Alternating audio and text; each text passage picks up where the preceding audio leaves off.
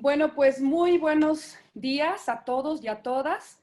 Bienvenidos a nuestra tercera mesa, Capitaloceno, Territorios, Cuerpos, Biopolítica y Necropolítica, como parte del segundo coloquio Antropoceno, Capitaloceno, Chudluceno en el contexto del coronavirus, de la pandemia del COVID-19. En esta mesa, como en las anteriores, contamos con la participación de ponentes de distintas disciplinas y áreas de conocimiento y del arte. En las mesas pasadas ya se abordó de manera más o menos específica que nos referimos a Capitaloceno como una perspectiva que plantea que es la sociedad capitalista y no todos los seres humanos la causante de la crisis climática, ecológica, social en la que nos encontramos y a la que sumamos también como producto de todo esto la pandemia por el COVID-19. Recordemos, pues, que ha sido el Estado moderno, producto de esta sociedad capitalista, el que con la colaboración de la ciencia y de la tecnología ha reafirmado y reconfigurado los dispositivos del control del territorio, de los cuerpos, de la población para ejercer su soberanía. Ahora, en tiempos del COVID, hemos visto en muchos países que con el fin de mitigar o erradicar la pandemia, en algunos países se ha llevado a cabo cierre de fronteras, la prohibición para circular libremente por el territorio y en casi todo el mundo el confinamiento, la suspensión de las actividades públicas en casi todos los ámbitos de la vida y en algunos sectores de la economía. También hemos estado viendo pues, los diagnósticos, las proyecciones, las estadísticas, el conteo de los contagiados y de los muertos. Y lo más doloroso de todo, la imposibilidad de despedirse de ellos por temor al contagio. En palabras de Raquel Gutiérrez, el coronavirus es la punta del iceberg, el acelerador de la guerra del capital contra la vida, porque nos ha mostrado que al Estado capitalista, a pesar de las crisis preexistentes a la pandemia, lo único que le importa es continuar con la economía de mercado bajo el discurso de la nueva normalidad. ¿Cuáles serán las nuevas normas? No lo sabemos exactamente, pero lo intuimos. Mientras tanto, la pandemia nos hace más evidente no solo la desigualdad y la escasez, sino también algo que vemos con mucha preocupación, el aumento de violencia de las mujeres por el confinamiento. Aquí y en otros países se ha denunciado cómo el hogar es el lugar menos seguro. Pero fuera de casa tampoco, porque, por ejemplo, acá en nuestro país, pues seguimos teniendo agresiones hacia las mujeres, siguen asesinando y desapareciendo mujeres. En pocas palabras, en esta sociedad hay vidas que valen menos que otras. Para algunas feministas, por ejemplo, entre ellas Silvia Federici, la violencia hacia las mujeres es parte estructural del capitalismo, porque en el proceso de consolidación y expansión del capitalismo no solo se reafirmó el disciplinamiento de los cuerpos de los trabajadores, sino también el control de los cuerpos femeninos, de su sexualidad, de su decisión a la hora de procrear o de abortar, la exclusión de las mujeres de los saberes femeninos, el sometimiento de las mujeres a las labores del hogar, a las labores de la reproducción y el cuidado, que fueron normalizadas como parte de la identidad femenina. Aunque en los últimos 50 años las mujeres hemos ganado espacios y derechos, la violencia continúa con nuevas formas de esclavitud o de explotación como la maternidad subrogada. E incluso se habla, pues, la misma Federici lo dice, como el retorno de la caza de brujas. Mujeres asesinadas en Brasil y en África acusadas de brujería. Y en sus recientes presentaciones en México, ella ha considerado al feminicidio como una nueva forma de caza de brujas, como una nueva forma de disciplinamiento social o de pedagogía de la crueldad, en palabras de Rita Segato. Bueno, pero sin embargo, a pesar de la violencia, en muchas comunidades rurales e indígenas, son las mujeres las que han defendido su territorio, ¿no? De la voracidad del capitalismo por apoderarse de todos los bienes naturales, que en una suerte de reactivación de los procesos de acumulación originaria, pues están en la lucha pues por evitar que estos bosques sean talados, que estas tierras sean ocupadas o concesionadas para el desarrollo de megaproyectos y, bueno, todas estas condiciones en las que actualmente nos encontramos. Bueno, ahora sin más preámbulo voy a dar la palabra a nuestra primera ponente y esperamos que en esta mesa pues nos ayuden a pensar y a tratar de afrontar algunas de las incertidumbres de la nueva normalidad. Entonces vamos a dar la palabra a la maestra Erika Olivia Gómez. Entonces, la maestra Erika Olivia Gómez González estudió la licenciatura y la maestría y el doctorado en investigación biomédica básica en la Universidad Nacional Autónoma de México. Se especializó en biología celular y bioquímica.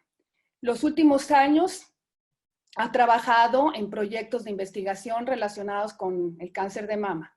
Es docente en la UACM desde 2006 y cada semestre los estudiantes y las estudiantes realizan indagaciones bibliográficas y este semestre eligió el tema del coronavirus y ha acompañado a sus estudiantes en la indagación y el aprendizaje sobre el tema. El título de su ponencia es La biología del SARS-CoV-2, ¿qué es y qué hace?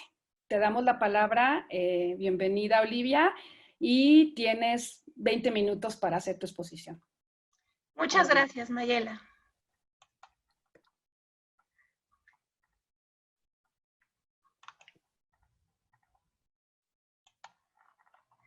Muy bien, muchas gracias por la invitación. Pues voy a comenzar compartiéndoles este trabajo de investigación, o más bien de indagación bibliográfica que he realizado desde el comienzo del semestre, pero pues sobre todo durante el confinamiento al que hemos estado sometidos. Como bien les dijo Mayela, les voy a hablar de la biología del SARS-CoV-2. Ese es el nombre acordado internacionalmente para el virus que está causando la enfermedad COVID-19 y les voy a hablar específicamente de qué es y qué hace. Bueno, pues el principio. Perdón, pero voy a... Pues los coronavirus son virus que han existido desde hace miles de años. Hay pruebas de que existen en fósiles estos virus. Sin embargo, descubiertos por los humanos, pues fue hasta el siglo pasado. En la década del 1930 se demostró que una infección respiratoria en aves, en pollos específicamente, era causada por un virus. Más tarde, en los 60s, se observaron por primera vez al microscopio, y aquí lo que les presento es precisamente una imagen de los primeros coronavirus que se observaron al microscopio. Y como pueden ver, pues alrededor de las partículas, que son los virus, se observa una especie de halo, como una corona solar. Entonces, a Jun Almeida y David Tyrrell, que son precisamente los primeros que hicieron la publicación con estas imágenes, se les ocurrió el nombre de coronavirus. A partir de entonces, pues se vio que los coronavirus podían existir en otras aves, en felino, en caninos, en porcinos, en bovinos, en equinos. Y pues también sabemos, por ejemplo, que en murciélagos, ¿no? Y se han descrito como agentes etiológicos de enfermedades tanto respiratorias como entéricas. En humanos, ¿qué pasa? Bueno, en humanos se conocían ya coronavirus humanos. De hecho, uno de los que se fotografiaron en los 60s es un coronavirus humano que causa pues la gripe más o menos común, que no causa ninguna enfermedad grave. En humanos hay 7 coronavirus descritos. 4 de ellos, estos que están aquí, el 229E, el OC43, el NL63 y el HK1, no importan los nombres, esos causan enfermedades respiratorias leves.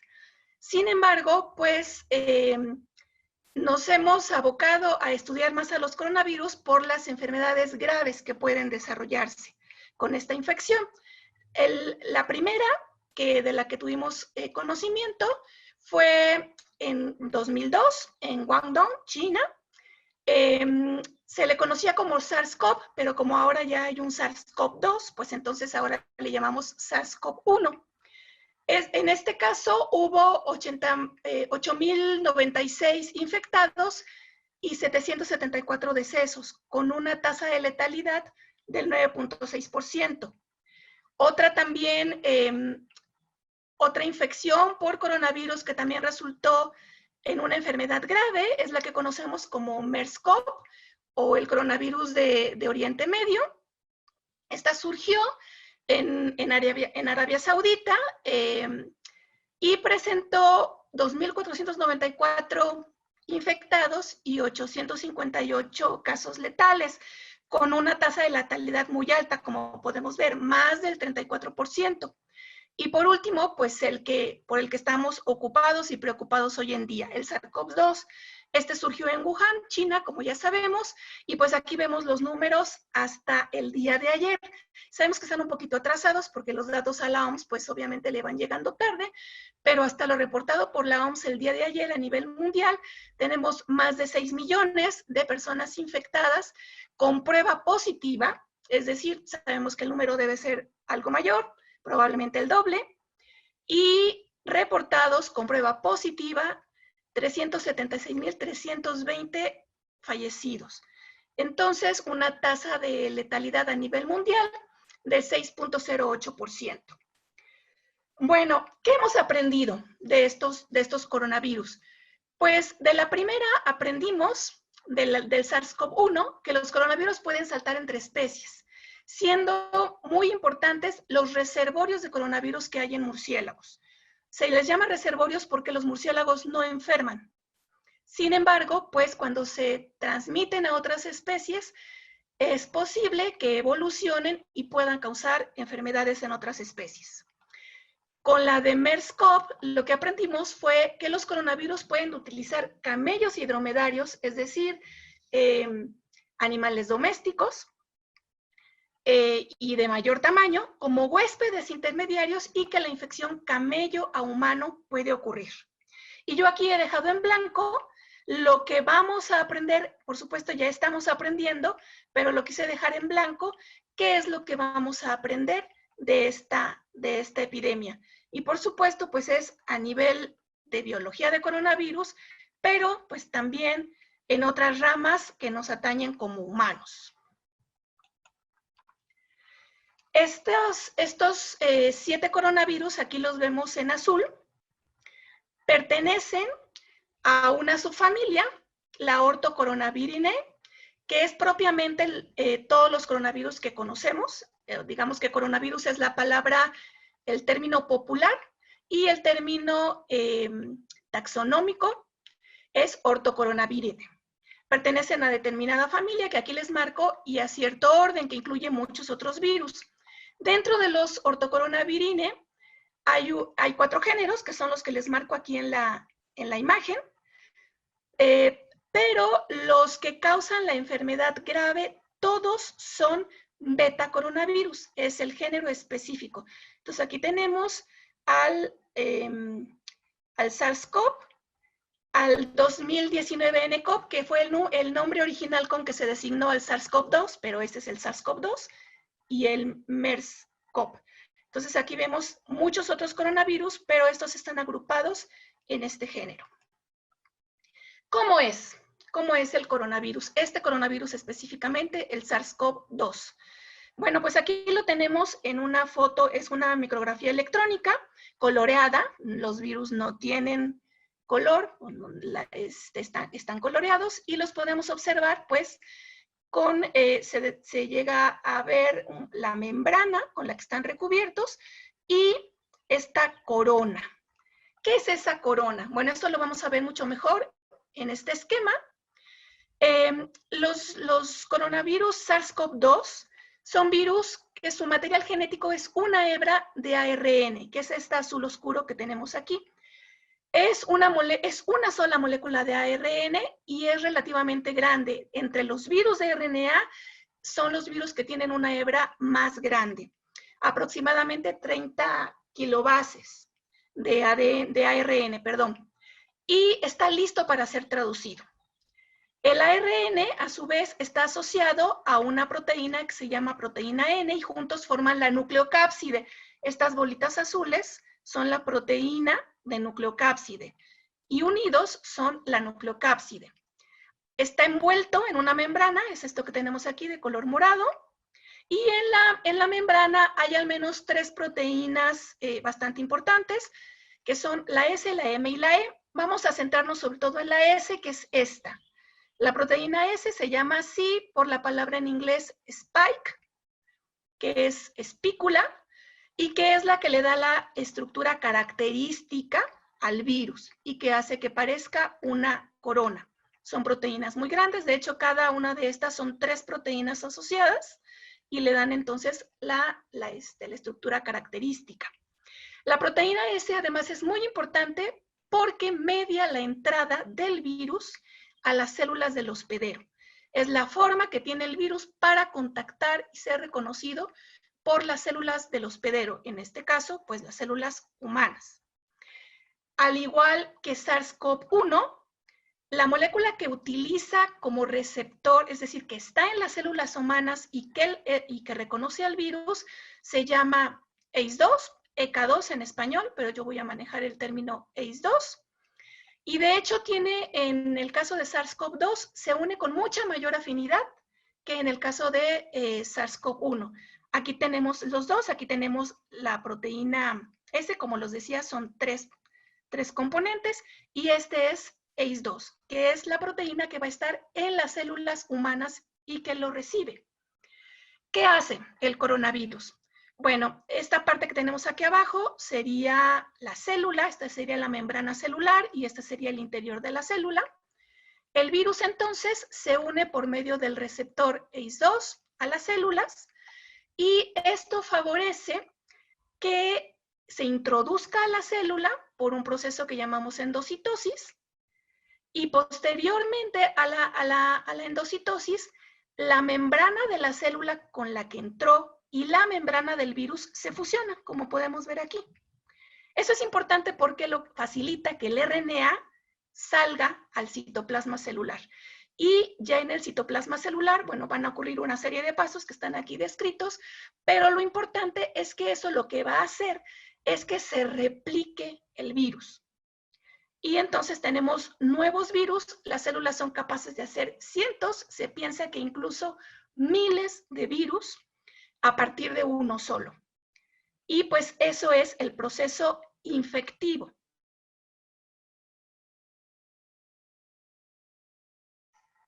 Todos conocemos, hemos visto los datos de que existen ciertas comorbilidades o enfermedades previas que parece que son importantes para que se desarrolle sobre todo la enfermedad grave después de la infección por este virus. En México, son los datos que aquí les presento, en México la comorbilidad que tiene mayor presencia en las defunciones positivas es la hipertensión, seguido de diabetes, obesidad, tabaquismo, insuficiencia renal y otras más que aquí les muestro. En otros países se ha visto prácticamente lo mismo. La hipertensión es la comorbilidad que se asocia más con las defunciones positivas para el SARS-CoV-2, en la enfermedad COVID. Y todos sabemos, hemos escuchado que los individuos de mayor edad y las personas con comorbilidades como estas que les presenté están en un riesgo mayor de desarrollar la enfermedad grave y de morir por la enfermedad.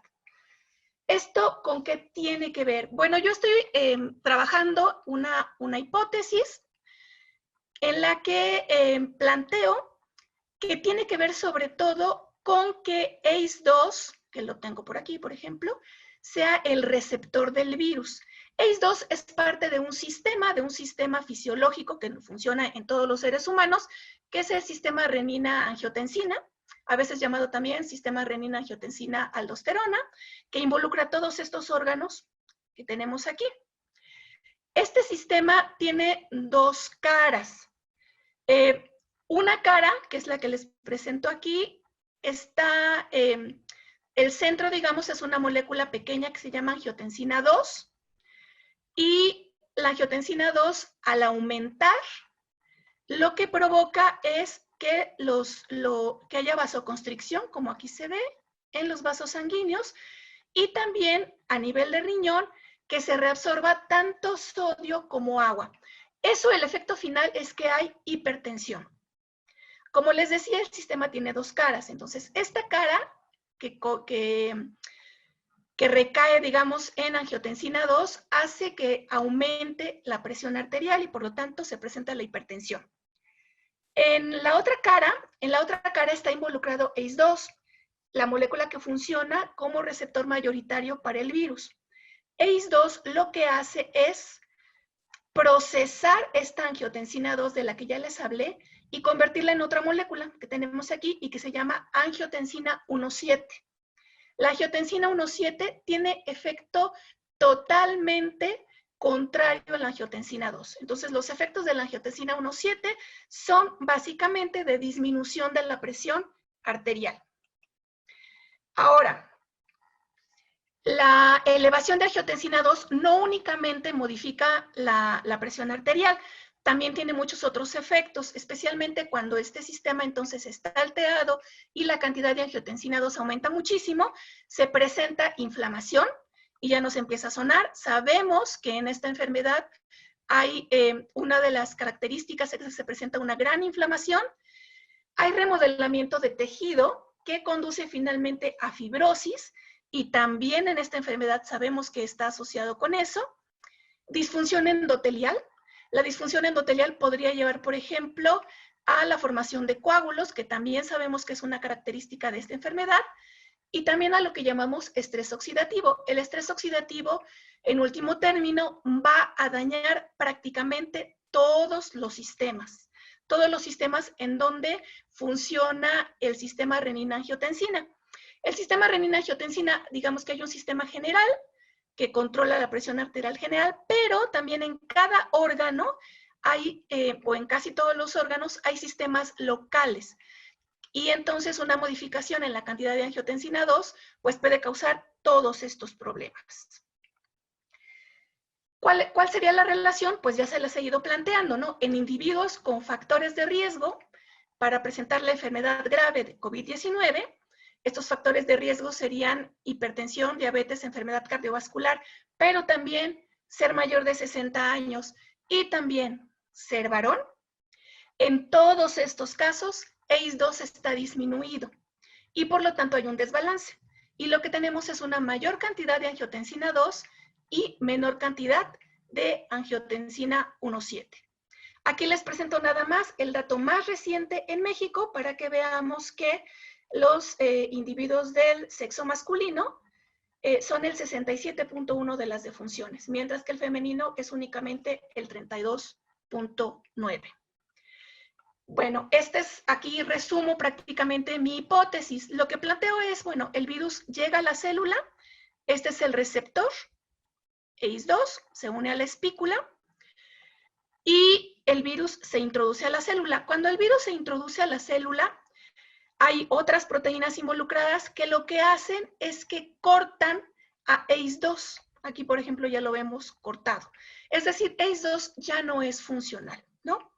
En una persona que no presenta comorbilidades, lo que ocurre, pues, es que disminuye un poco la cantidad de ACE2, pero si esta persona tiene sus cantidades normales de ACE2, pues todas estas moléculas van a seguir convirtiendo la angiotensina 2 en angiotensina 1,7, y lo que tenemos es un equilibrio.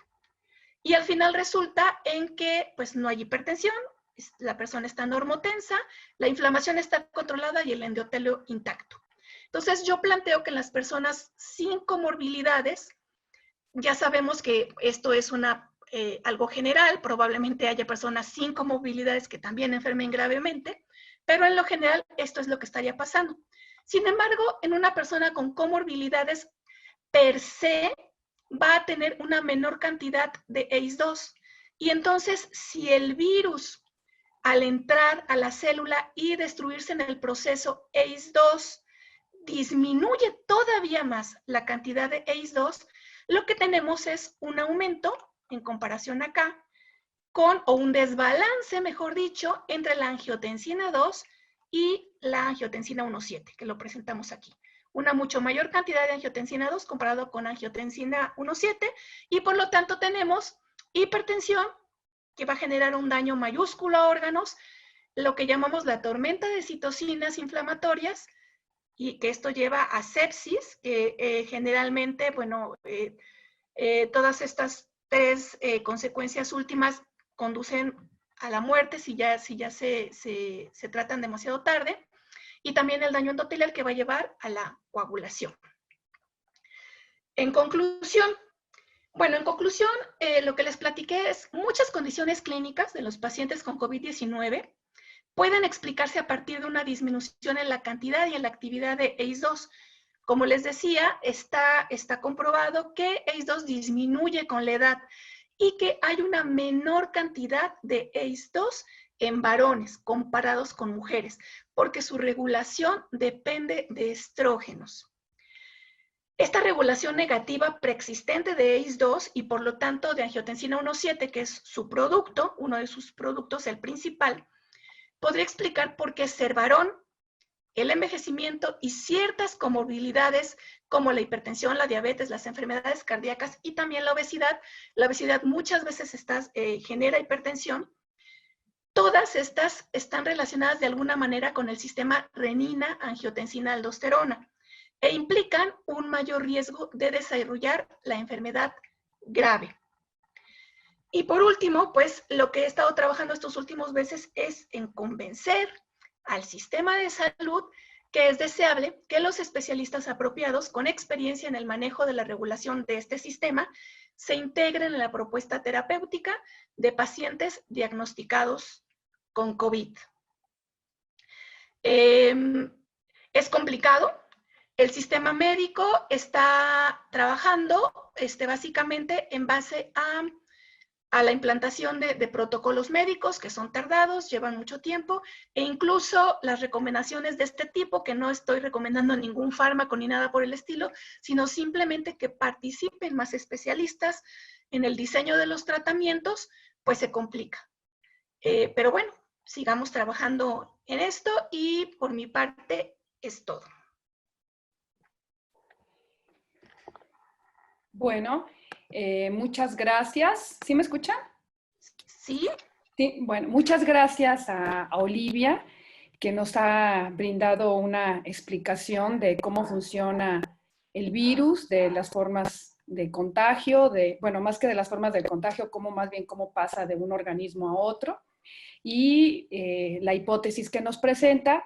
Y bueno, creo que en adelante tendremos más oportunidad de seguir platicando de esto y de que pues en la universidad también nos platique bien cómo el desarrollo de su investigación y cómo vamos.